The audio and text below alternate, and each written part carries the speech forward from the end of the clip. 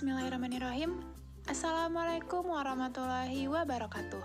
Halo teman-teman semua, perkenalkan, kami dari kelompok 1 kelas Ekonomi Islam 6A pada mata kuliah Kebijakan Moneter. Nah, sebelum masuk materi, saya akan memperkenalkan para anggotanya. Yang pertama, ada saya sendiri, Adela Zahra Harahap. Halo, nama saya Aditri Kofifah. Assalamualaikum warahmatullahi wabarakatuh. Nama saya Ibnu Solihin dari Eki 6A. Assalamualaikum. Nama saya Hafiz Asyauri dari Eki 6A. Nah, pada kesempatan kali ini, kami akan menjelaskan tentang uang dan bank sentral. Saya sendiri akan menjelaskan, apa sih itu uang? Uang adalah sesuatu yang secara umum diterima dalam pembayaran barang dan jasa atau pembayaran atas utang. Sepanjang waktu bentuk uang itu berubah. Nah, yang pertama ada uang komoditas atau uang yang dibuat dari logam berharga atau komoditas berharga lainnya. Yang kedua ada uang fiat, adalah uang kertas yang dikeluarkan oleh pemerintah sebagai alat pembayaran yang sah, tetapi tidak dikonversikan dalam bentuk koin atau logam berharga. Yang ketiga ada cek. Cek adalah sesuatu instruksi dari Anda ke bank untuk mengirimkan uang dari rekening Anda ke rekening orang lain ketika orang tersebut menyetorkan cek yang diterimanya. Selanjutnya, apa sih itu sistem pembayaran? Nah, sistem pembayaran adalah aktivitas pemindahan daya guna memenuhi suatu kewajiban yang timbul dari suatu kegiatan ekonomi. Sistem pembayaran juga berubah sepanjang waktu. Yang pertama ada pembayaran secara elektronik, yang dimana artinya pembayaran yang dilakukan melalui jaringan internet. Yang kedua ada e-money atau electronic money, yang artinya uang dalam bentuk elektronik.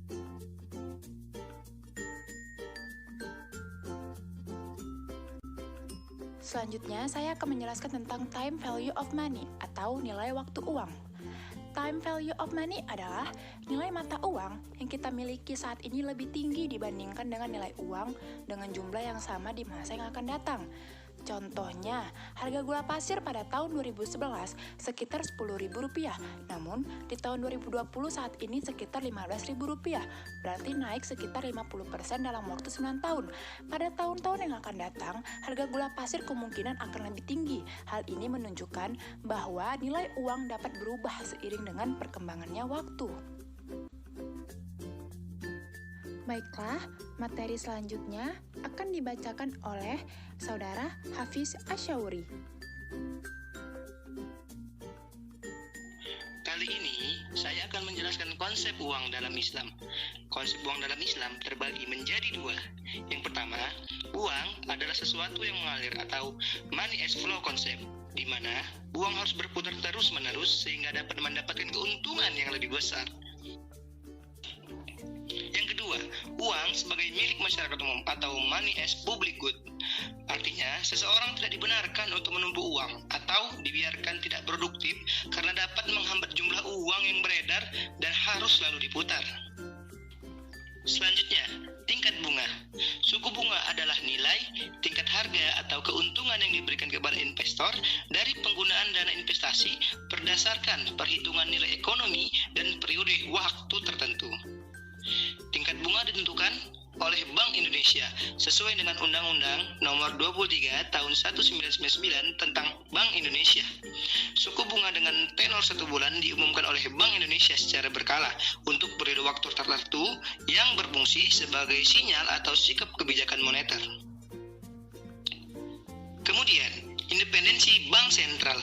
Independensi bank sentral menurut Fraser diartikan sebagai kebebasan bank sentral untuk melaksanakan kebijakan moneternya yang bebas dari pertimbangan politik.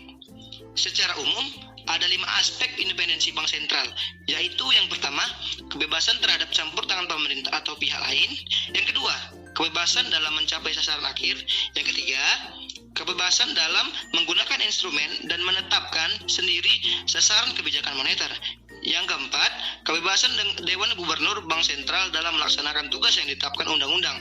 Dan yang kelima, kebebasan untuk menetapkan dan mengelola anggaran dasar dan aset kekayaannya tanpa persetujuan parlemen. Terima kasih. Terima kasih Saudara Hafiz. Materi selanjutnya akan dibacakan oleh Saudari Adetri Kofifah.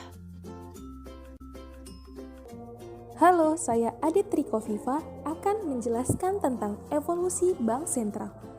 Pada tahun 1746, VOC di Jawa mendirikan perbankan yang bernama The Bank van Lening, yang kemudian menjadi The Bank Courant and Bank van Lening pada tahun 1752. Nah, bank itulah yang menjadi bank pertama yang lahir di Nusantara dan menjadi cikal bakal perbankan pada masa selanjutnya.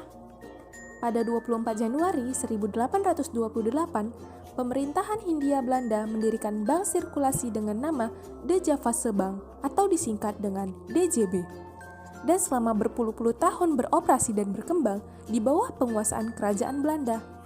Lalu, pada saat konferensi Meja Bundar pada tahun 1949 mengakhiri konflik Indonesia-Belanda dan ditetapkannya di Javase Bank menjadi bank sentral bagi Republik Indonesia Serikat.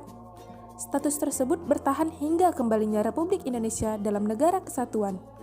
Republik Indonesia menasionalkan bank sentralnya pada tanggal 1 Juli 1953 dan berubahlah di Javase Bank menjadi Bank Indonesia dan menjadi bank sentral bagi Republik Indonesia. Selanjutnya yaitu Bank Sentral adalah lembaga negara yang mempunyai wewenang untuk mengeluarkan alat pembayaran yang sah dari suatu negara yang bertugas merumuskan dan melaksanakan kebijakan moneter dan mengatur, menjaga sistem pembayaran agar sistem keuangan kita berjalan dengan lancar. Selanjutnya yaitu fungsi bank sentral. Fungsi bank sentral itu sendiri yaitu mendorong pengembangan sistem perbankan yang sehat, lalu pelaksanaan kebijakan moneter dan keuangan, melancarkan pembiayaan pembangunan ekonomi, serta memelihara stabilitas keuangan nasional dengan kebijakan dan instrumen yang ditetapkan oleh Bank Sentral. Nah, adapun tujuan dari Bank Sentral itu sendiri tertuang pada UU Undang-Undang Nomor 23 Tahun 1999 pada bab 3 pasal 7, di mana tujuan Bank Indonesia adalah untuk mencapai dan memelihara kestabilan rupiah. Terima kasih. Terima kasih kepada Saudari Adetri. Materi selanjutnya akan dibacakan oleh Saudara Ibnu Solihin. Assalamualaikum warahmatullahi wabarakatuh. Kembali lagi bersama saya Ibnu Solihin. Kali ini kita akan bahas tugas bank sentral yang dibagi menjadi 3. Yang pertama, menetapkan dan melaksanakan kebijakan moneter agar tidak terjadi krisis moneter. Yang kedua, mengatur dan menjaga sistem pembayaran. Dan yang ketiga, mengatur dan mengawasi bank yang ada di bawahnya, atau yang biasa kita sebut adalah bank umum. Kemudian instrumen moneter. Terdapat operasi pasar terbuka atau OPT. Kemudian penetapan tingkat diskonto, kebijakan kredit ketat, kebijakan cadang kas, dan kebijakan himbauan moral. Berikut nama-nama bank sentral yang ada di Asia Pasifik. Yang pertama, Australia atau Reserve Bank of Australia. Bangladesh Bank. Bhutan, Royal Monetary Authority. Kamboja, the National Bank of Kamboja. China, People's Bank of China, dan seterusnya. Kemudian ternyata bank sentral memiliki hubungan dengan pemerintah. Yang pertama, bertindak sebagai pemegang kas pemerintah. Kemudian untuk dan atas nama pemerintah, Bank Indonesia dapat menerima pinjaman luar negeri, menatausahakan serta menyelesaikan tagihan dan kewajiban keuangan pemerintah terhadap pihak luar negeri.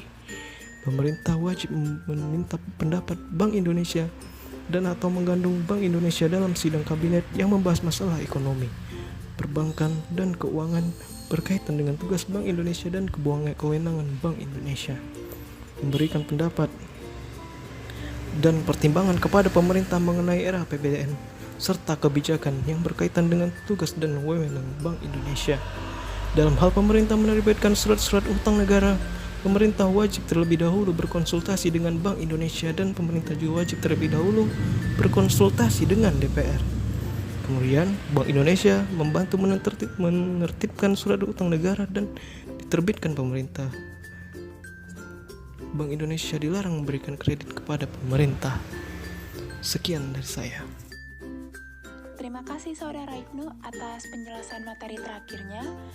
Baiklah, kita sudah ada di penghujung materi. Semoga video singkat ini dapat memberi kita banyak manfaat. Maaf jika pemateri ada salah-salah kata. Wassalamualaikum warahmatullahi wabarakatuh.